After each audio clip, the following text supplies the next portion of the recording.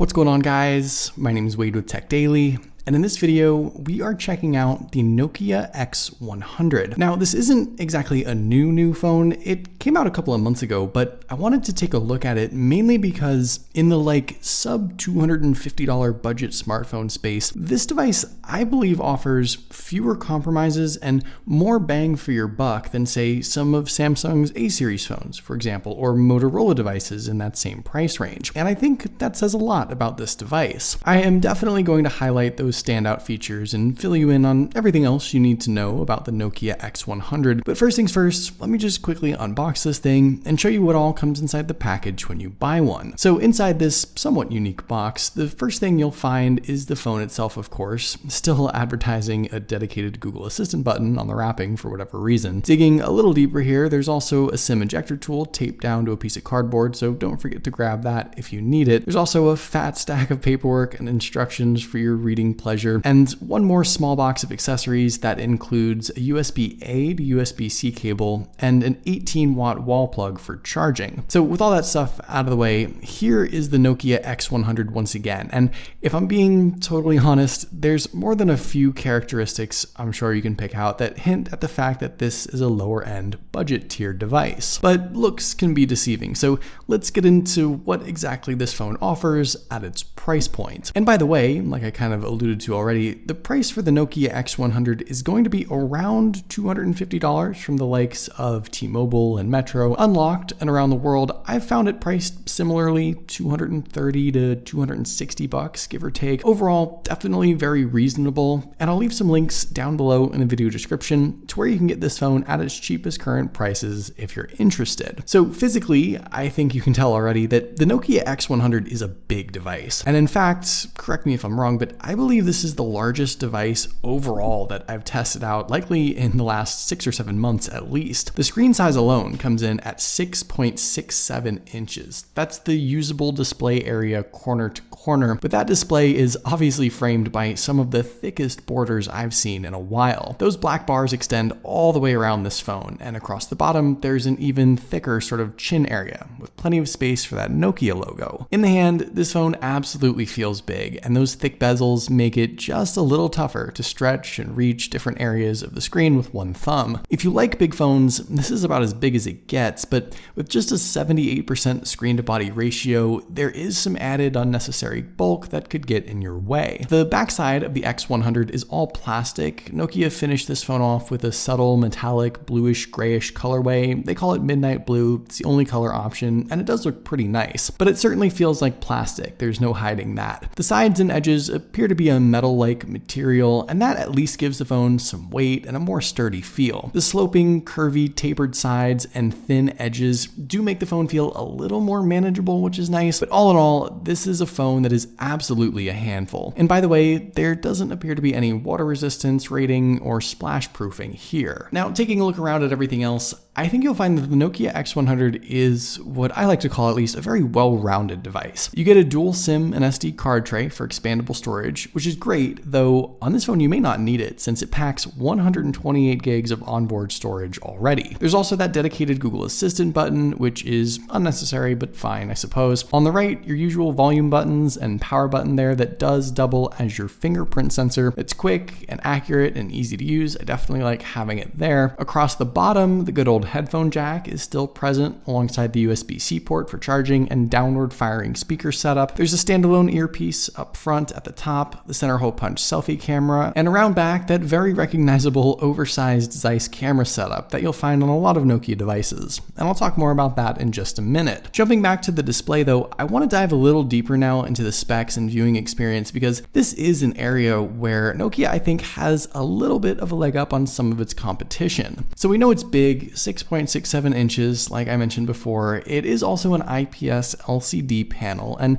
it comes in at a resolution of 2400 by 1080, packing in some 395 pixels per inch. And surprisingly, it is that resolution that I want to touch on. Now, in 2022, offering a full HD display on a smartphone shouldn't be a big deal, but when Motorola's Moto G Power and Moto G Pure, for example, are just as large LCD screens, but at 720 resolution, you you can see why the Nokia X100 might be a better option. It's actually a similar story with Samsung too. The A03s, A13 5G, A22, A32 5G, all 720 resolution and mainly LCD screens. Now yes, a couple of those phones I mentioned at least offer 90 Hz, that smoother, more responsive feel. This phone doesn't have that. But if clarity and pixel peeping is your thing, if you want a sharp, crisp display, even from an inch or two away from your face, this is where the X100 shines. And the rest of the viewing experience is pretty good too. I consider this display to be relatively bright, but color-wise, this default profile is very cool. It's very blue. I noticed that almost immediately. And that takes away a little bit from maybe more balanced, more colorful, more natural-looking screen setup. Overall though, this big display packs in a lot of detail, more than some other similarly priced devices. That's the advantage you gain in going with this phone when it comes to the display, and it is a surprising advantage for sure, coming from the likes of Nokia, and directly comparing that to Samsung and Motorola. By the way, the out loud listening experience on this phone is good, not great. It's just a single speaker setup, so you can't have too high of expectations, and here's a quick sound sample so you can at least get an idea.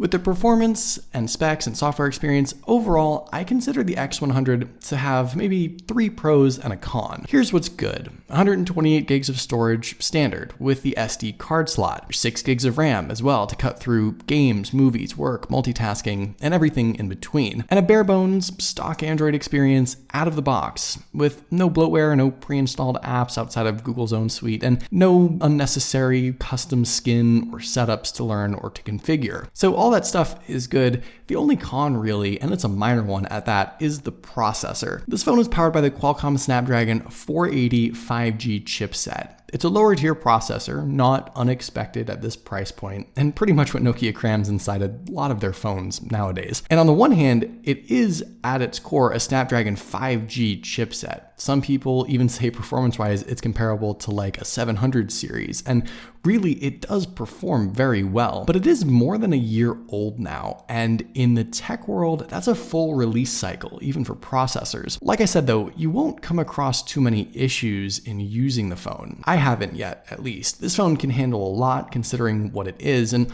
honestly, the biggest disadvantage at this point is just the fact that it's still on Android 11, and Nokia's software support has not been great over the years. But it's hard to ignore the fact that this phone sort of was released like a year behind where its chipset was, and as we look ahead into 2022, over especially the next month or two, there's lots of new budget and mid-tier devices on the way, which makes this processor in this phone perhaps look even less appealing still. Overall though, what Nokia delivers here is just a ton of value, performance, and spec-wise, and the kind of bare bones Android experience that I know a lot of people value. It's just going to come down to whether or not you're particularly picky about your processors. Also, one more positive aspect on the internals on this phone, the battery is pretty big. Now at 4,470 milliamps, it's not the largest in the world. Similar devices in this price range sit at 5,000 milliamps or more, and they maybe don't have as big of a screen as this phone does to power, but I think this is a day-and-a-half smartphone as far as its usage and longevity, which is pretty good, and I look forward to putting that to the test. And the 18-watt quick charge 3.0 setup, while not particularly fast nowadays, is again just better than some of the competition. Motorola gives its Moto G Power a 10-watt power brick in the box, so Nokia at least lets you charge your phone up in a much more reasonable time span, around an hour from 0 to 100%. But like most other budget devices, there's no wireless charging here. Finally, we absolutely have to talk about that big camera setup around back. Nokia, I think, is sort of known for this big, round, multi-lens Zeiss setup. It's very iconic, and on the X100, you have 4 different lenses here to utilize. 48 megapixel main shooter, a 5 megapixel ultra wide, 2 megapixel macro, and 2 megapixel depth sensor. The selfie camera is a pretty solid 16 megapixel shooter, and actually the couple quick test shots I took really looked good. Great color, tons of detail, so the selfie setup, at least out of the box with my initial quick test, seems very solid. Inside the camera app, Nokia offers what I consider to be more pro options and manual controls than than most other phones in its price range, which is great if you want to be able to make specific adjustments to your shots as you shoot. But there's also a nice array of just your average everyday stuff: night mode, portrait mode, wide angle, the full 48 megapixel mode. Overall, I know Nokia sort of likes to highlight this big old camera setup on their budget and mid-tier devices, but it's still gonna fall way short to any flagship phone, obviously. What it ends up being, though, is a really solid, well-rounded, and very useful camera setup with the potential for pro-level controls mixed in with a lot of the basic and important stuff you'd want in your everyday shooting. And I do look forward to putting this setup through its paces for my full review. So within the scope of that $200 to maybe $300 price range, the Nokia X100 offers a couple specific things that similar devices don't have, including 128 gigs of storage and 6 gigs of RAM standard, a full HD 1080p display, faster charging brick in the box, a well-rounded camera setup. Yes, it's not a particularly attractive phone from the front, and unfortunately, Nokia tends to offer not so great software support over the life of its devices. But there are reasons to get this phone over the competition for sure, which is pretty interesting. What do you guys think though? Is the Nokia X100 worth considering? Let me know in the comments down below. I'd love to know your thoughts, of course. Hopefully you guys did enjoy this video though. Be sure to follow TechDaily on Twitter and subscribe to the TechDaily YouTube channel if you haven't already, and I'll see you guys later.